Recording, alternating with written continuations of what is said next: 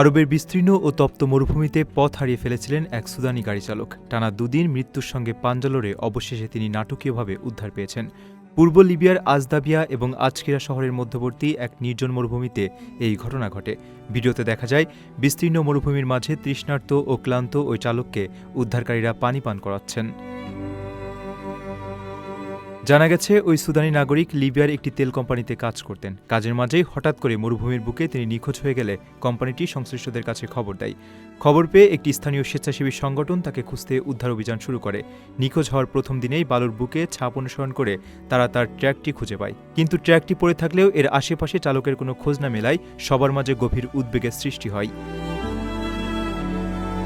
তবে হাল ছাড়েননি উদ্ধারকারীরা। ট্র্যাকের অবস্থান থেকে সূত্র ধরে তারা মরুভূমির আরও গহীন পথে তল্লাশি চালিয়ে যেতে থাকেন। অবশেষে তাদের অক্লান্ত চেষ্টার পর মরুভূমির দূর প্রান্তে ওই চালককে একা হেঁটে আসতে দেখা যায়। ভিডিওতে দেখা যায় উদ্ধারকারী গাড়িটি দেখেই তিনি হাত নেড়ে সাড়া দিচ্ছেন।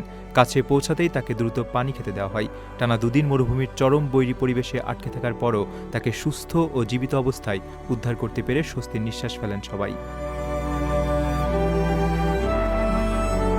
প্রবাসীর সিটিতে চলছে বহুল আলোচিত ফ্রি ফ্ল্যাট অফার, অর্থাৎ আপনি যে টাকা দিয়ে এখন ফ্ল্যাট কিনবেন 5 বছর পর সেই সম্পূর্ণ টাকা ফেরত পাবেন, আর সেই সাথে পাচ্ছেন একটি ফ্ল্যাট একদম ফ্রি।